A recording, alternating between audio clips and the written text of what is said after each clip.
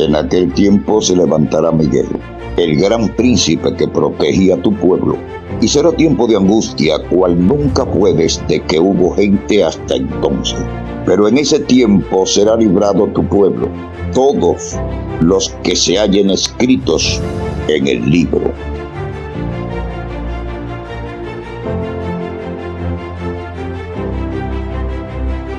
Pero toda esta enseñanza estaba incrustada en los fariseos del primer siglo.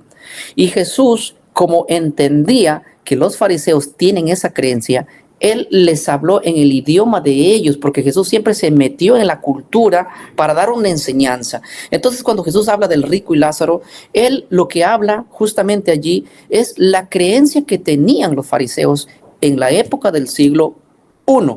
La escuela de Iliel, la escuela de Shammai y todo lo demás tenían esa creencia que cuando una persona muere, va al mundo de los muertos.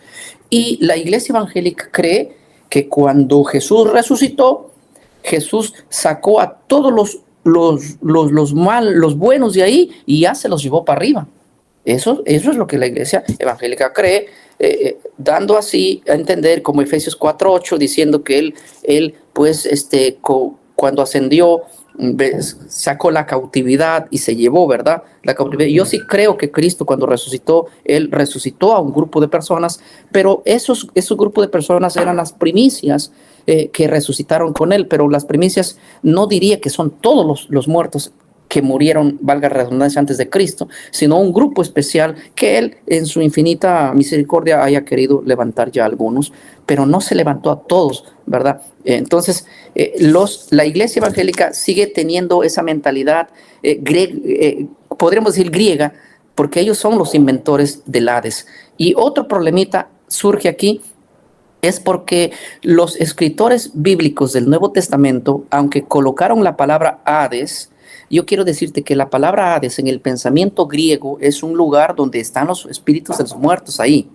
Pero en la mentalidad judía, el Hades es simplemente Sheol, un lugar donde no hay candela ni hay espíritus, es un cementerio, una tumba. Pero cuando los judíos que escribieron el Nuevo Testamento pusieron la palabra Hades, ellos pusieron la palabra Hades, pero con el pensamiento hebreo, pensando que ahí no hay ni fuego, ni cadáveres, ni espíritus. Pero como nosotros venimos ya en latín, nuestra mentalidad es notamente greco-romana, abrimos un diccionario y decimos ¿qué es el Hades? Y encontramos la interpretación de los griegos. El Hades es un mundo espiritual y nos quedamos con esa parte, olvidando que el concepto es judío y que nuestra mentalidad para entender esa parte tiene que ser judío, no griego.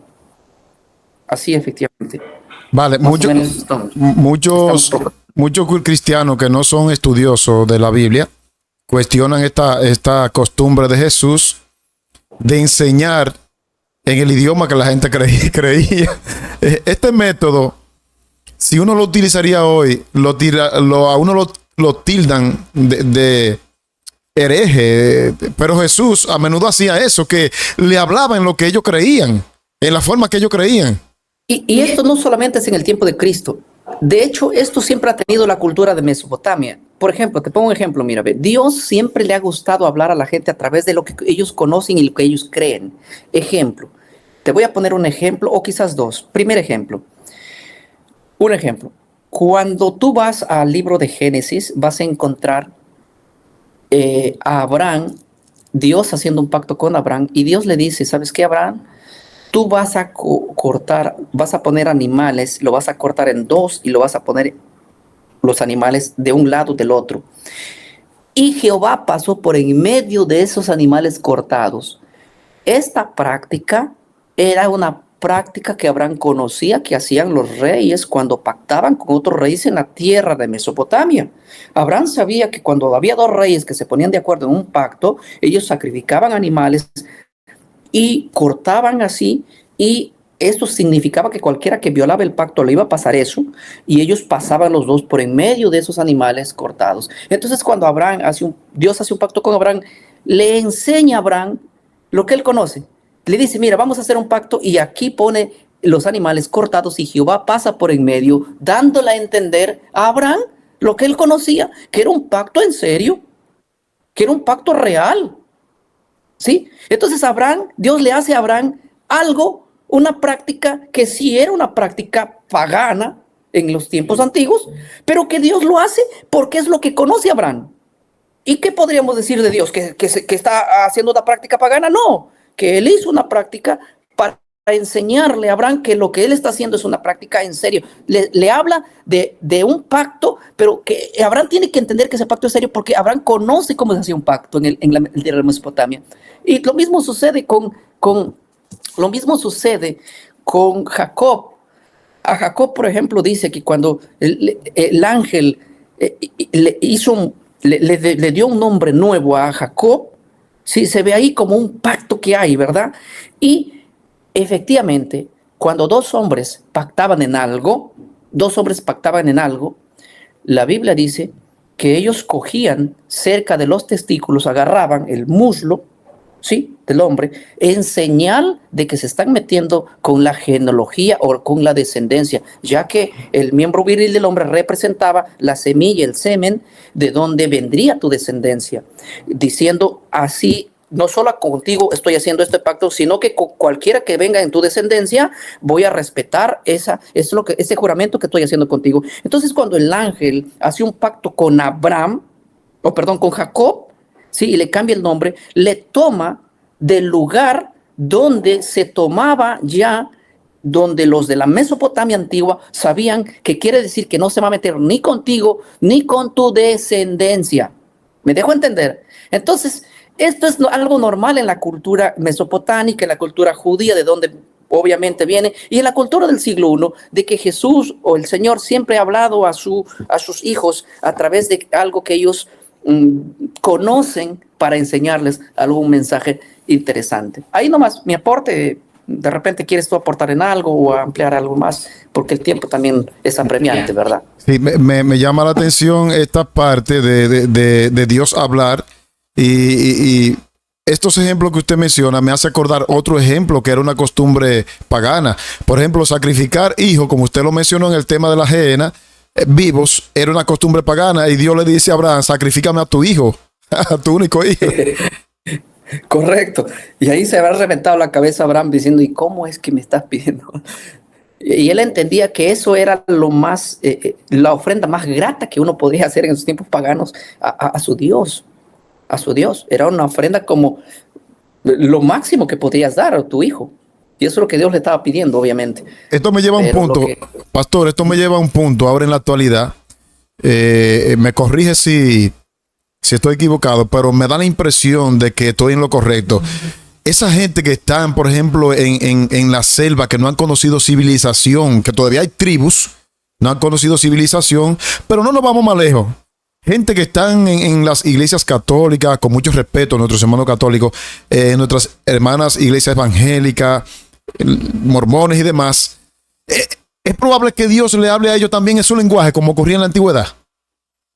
Bueno, mira, en este caso yo no podría decir en este caso lo mismo. Por ejemplo, mira, podríamos decir lo siguiente: hay una fuerte, y tu pregunta es muy buena, nadie me lo había hecho de esa manera, pero bueno, voy a decir lo siguiente. Mira, en este caso, Dios, cuando se presenta a hacer los pactos con ellos, con Abraham, con Isaac, es algo que era para que ellos entiendan lo importante pero no se metían con costumbres paganas de adoración, por ejemplo. Podríamos decir de adoración o de quebrar un punto ya muy bien señalado. Por ejemplo, yo podría decir lo mismo, argumentar lo mismo, y decir: mira, cuando se presentó ahí la bruja en Endor, se presentó Samuel ahí también, podríamos decir que Dios se presentó ahí. Basado en eso, ya no podríamos decir, porque ya no es simplemente para enseñar una cultura, sino para ir en contra, efectivamente, aún de las declaraciones de la Biblia, ¿sí? Y aunque este punto, por ejemplo, yo te podría decir, si Dios, para hablarle a alguien de cómo creía, tenía que hacer algo, entonces Dios debía dejar, si Dios dejaba matar a su hijo, que era, en este caso, Abraham, si Dios hubiera dejado matar a su hijo, podríamos decir ahí que Dios fue en contra ya de todo lo que pedía. Por eso es que Dios le dejó llegar hasta el límite, pero no permitió quebrantar una cosa establecida ya, que es el sacrificar para ofrendar hijos humanos. ¿Me explico? Ahora, el detalle es otra cosa. Entonces, en la bruja de Endor, por ejemplo, ahí lo que sucedió es que Dios no actuó allí.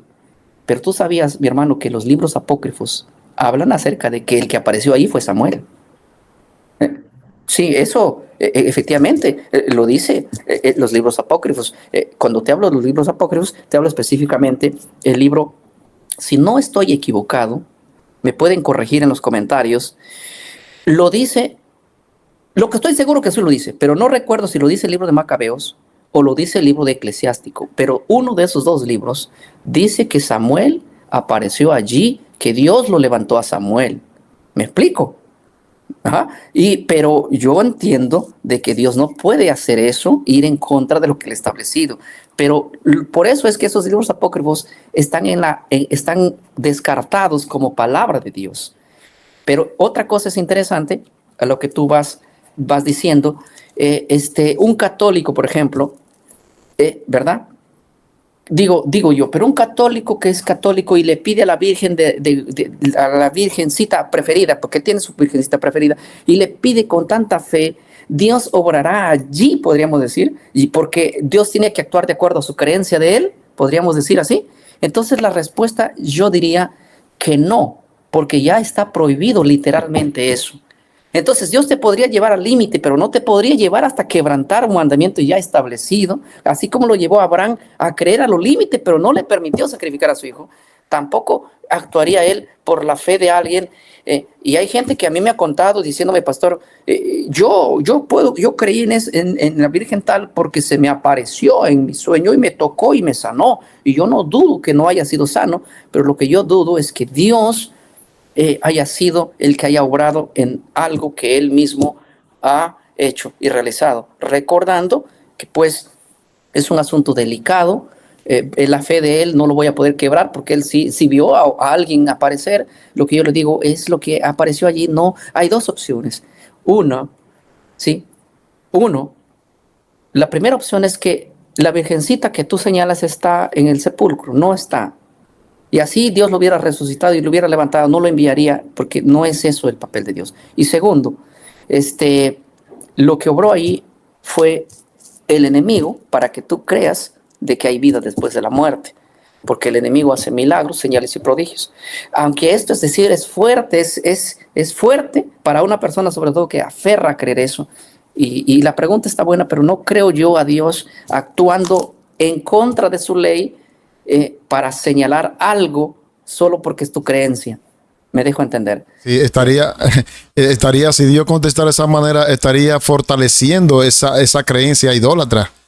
Y estaría yendo en contra de sus principios. Sí, yo creo, de acuerdo a lo que yo he estudiado, yo creo que incluso Dios permitía ese límite en el tiempo de Abraham. En esa dispensación el conocimiento no estaba tan amplio como hoy día. La profecía indicaban que para estos últimos días el conocimiento de la palabra de Dios iba a ser amplio. Ellos no tenían el mismo conocimiento. Ahorita cuando hice la pregunta, yo por ejemplo he leído de tribus que todavía no conocen civilización y ahí por su dialecto no ha podido llegar la palabra de Dios. Independientemente ya de las iglesias que mencioné, a esa persona Dios le puede hablar en su, ¿cómo se dice? Dios en su benevolencia, en su beneficencia, le puede hablar en su misericordia a esa gente que no han escuchado hablar de la palabra, a esas tribus que no conocen de Dios. Yo creo que, por ejemplo, mira, ve, hablemos aquí, por ejemplo, de Perú. Hace muchos años, unos 200, 300 años atrás, aquí vivían los incas, y ellos vivían aquí en Perú. Ellos vivieron mucho, ellos creían en la tierra, le llaman aquí la Pachamama, ofrendaban a la tierra, ellos ofrendaban al sol y a ciertos cerros y lagunas que había aquí en sus lugares donde ellos hacían esos cultos. Pero el hombre, por alguna naturaleza, nace creyendo en su mentalidad, tiene la genética de algo bueno, como también la genética de algo malo, que es la naturaleza del bien, la naturaleza del mal, que de alguna manera nace en el ser humano. los incas tenían muy claro Amayúa, Maquilla, que quiere decir no robes, no mates, no mientas. Eran principios normalmente que estos principios uno nace en una isla y si hay gente o descendencia, entre ellos mismos se dan cuenta que no tomar lo ajeno es algo malo, es una ley natural que nace en ti, ¿sí? Pero los cuatro mandamientos primeros no los nace dentro de ti, eso hay que enseñarlo, ¿me entiendes?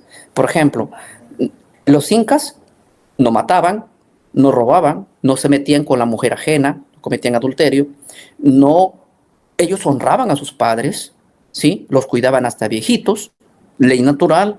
Mira, estaban cumpliendo los 6 mandamientos. Ellos tenían como prohibido la calumnia, ¿sí? Y sabían que lo que el terreno que es tuyo y no te invadía, no había codicia. Me explico, ellos más bien practicaban ¿cómo se llama? Bueno, se me fue la palabra, donde tú das un producto y ellos dan otro. El trueque, exactamente. Ellos practicaban eso, no había codicia entre ellos. Entonces, la naturaleza te enseña donde tú vivas de que la ley natural es practicar el amor al prójimo, porque es algo que tú ves. ¿Me explico? Ahora, pero la ley natural donde tú naces no te encamina al verdadero Dios, hay que enseñarte. Por ejemplo, tú naces, el Inca nació y él se encaminó, sí, él se encamina por naturaleza a creer en algo superior, eso sí, pero él no sabe, por desconocimiento, no sabe quién es ese Dios y hay que enseñarlo. Y así que los incas veían a la superioridad como a la tierra les producía alimento, entonces ofrendaban a la tierra. Veían que el sol sale y les da la luz. Ellos decían, veían las lagunas o los cerros altos, ellos ofrendaban a eso porque lo veían como superior. Pero hay que enseñarles el primer mandamiento que dice, no tengas otros dioses aparte de mí. Hay que presentarle a un Dios creador del cielo y la tierra, porque aunque ellos nacen con su creencia a algo superior, todo ser humano, no están encaminados a creer en algo como que ¿quién es ese Dios? Por eso es que los pueblos que han surgido antiguos, ellos tenían muchos dioses porque creían en algo superior por genética, pero no sabían quién es ese Dios. ¿Me dejo entender? Entonces, el segundo mandamiento, no te hagas idolatría, imágenes. Los incas han hecho muchas imágenes, muchos ídolos, han levantado muchos lugares donde se habían puesto allí lugares de adoración como la portada del sol, diferentes objetos que ellos adoraban. Entonces, eso también hay que enseñarlo. Ellos no nacen en la genética, no nacen en la genética. ¿Me explico? Ellos, por ejemplo, hay que enseñarles que no deben tomar el nombre de Dios en vano, pero ¿cómo van a tomar el nombre de Dios en vano si ni siquiera conocen a ese Dios? Tercero o cuarto, ellos no saben que entre la semana hay un día específico de guardarlo. ¿Me explico? Aunque ellos entienden genéticamente que deben descansar un día, no entienden cuál es ese día. ¿Me dejo entender? Y ahora, si tú vas a la cultura mesopotámica, por ejemplo, la arqueología descubrió que los mesopotámicos con el rey Hammurabi descansaban el Shabbat. ¿Sí? Por alguna razón ellos descansaban el Shabbat. Se ve descansando el Shabbat en la arqueología muchos años antes del Sinaí, ya en el tiempo del rey Hammurabi. Y muchas culturas han tenido su día de descanso, específicamente porque el día de descanso, de descansar una vez a la semana, no es algo que surgió desde el Génesis, el Éxodo. Lo que surgió allí es enseñando específicamente. Pero debo decir que la genética del ser humano ha nacido con un descanso ya metido en su genética que debe parar un día, pero no sabes cuál. El Inca no sabía cuál y él dedicaba el primer día de la semana porque adoración al sol. ¿Me dejo entender? Sí, tenía un día específico de reunión y de descanso, en lo cual era, se podría decir, el descanso para ellos, pero hay que enseñarle cuál. ¿Me explico? Entonces, cuando alguien a mí me dice, es que nosotros solamente hay que guardar las leyes naturales que nacen en nosotros, sí, las leyes naturales se descubren, pero los 4 mandamientos que son principales, hay que enseñarlo. Y por eso hay que enseñar estos 4 puntos que son los 4 mandamientos. Ahora, la pregunta que tú me haces es, si un hombre que nace allá, Dios obrará en ellos. La verdad, yo creo que Dios podría calificar allí de acuerdo a las leyes naturales que ellos conocieron, lo que ellos supieron por por específico, pero no podría decir si Dios los juzgará por el desconocimiento que ellos tuvieron, aún habiendo un pasaje en la Biblia que dice, Dios habiendo pasado por alto la ignorancia de esos tiempos, hoy, bueno, a través del Hijo nos ha revelado, ¿verdad? Los misterios que a veces han sido ocultos. Si nosotros los peruanos, los incas, nunca hubieran recibido la visita de los españoles que nos trajeron la creencia del Dios verdadero, no hubiéramos seguido adorando a la Pachamama, al sol y a las lagunas, digo yo, pues por eso que el hombre no descubre al verdadero Dios si nace en una isla, no descubre quién es el verdadero Dios. Hay que enseñarlo. Por eso que Dios se reveló para enseñar quién era Él, cómo honrarlo sin hacerse imágenes, qué día guardar. Todo eso tú lo vas a ver como una revelación dada. ¿Me explico? Pero las leyes naturales son leyes que a veces donde tú no tengas ese Dios, pero siempre están esas leyes naturales. Así, mi hermano. Bueno, qué bueno que Dios ha levantado personas como usted, pastor, para llevar el mensaje a la selva. Yo he visto varios videos donde usted dice que usted está llevando la verdad a la selva para que ya es muy poco son muy pocos las tribus que no conocen. En África hay todavía, pero el evangelio está penetrando aún en la selva, porque la Biblia dice que todo el mundo tiene que enterarse de la verdad. Bueno, ya ha pasado el tiempo, pastor. Yo le agradezco mucho nuevamente por dedicar dentro de su agenda una parte. Yo sé que ya muchos de los que nos van a ver estaban preocupados. La gente comienza a preocuparse por cualquier cosita. Piensan ya no son tan amigos como no son tan amigos como antes. No es eso. Eso es un asunto de agenda. Pero le agradezco, pastor. Claro, sí. Mándenle un saludo ahí a toda la hermandad de Recupera tu Salud. Bueno, mis hermanos, un gustazo ha sido compartir una vez más con ustedes, con Sandy. De hecho, y Sandy hace unos días hablábamos de hacer algo, pero como veía, había cosas que se troncaban. Y hoy día casi se tronca, pero ya porque yo te dije tal día y te di mi palabra, y entonces tenía como sea que realizar este programa. Así que un saludo para cada uno de mis hermanos. Nosotros estamos en nuestra página como Mensaje Fiel Oficial en YouTube, en Facebook como Mensaje Fiel, y en TikTok también estamos haciendo contenido y algunos debates sanos con hermanos evangélicos nos encuentran como Mensaje Fiel Oficial también. Así que bendiciones, mis hermanos, que el Señor los bendiga a todos. Gracias, mi hermano Sandy, por este momento que hemos pasado. Bien, voy a colocar aquí abajo del video el enlace que conduce a Mensaje Fiel para que ustedes vayan allá y apoyen este ministerio. Un abrazo, pastor, gracias, y si Dios lo permite y no nos vemos aquí en Dominicana, nos veremos cuando Cristo venga. Dios mediante podamos estar en septiembre allá, hermano. Amén. No sabía. En aquel tiempo se levantará Miguel, el gran príncipe que protegía a tu pueblo, y será tiempo de angustia cual nunca fue desde que hubo gente hasta entonces. Pero en ese tiempo será librado tu pueblo, todos los que se hallen escritos en el libro.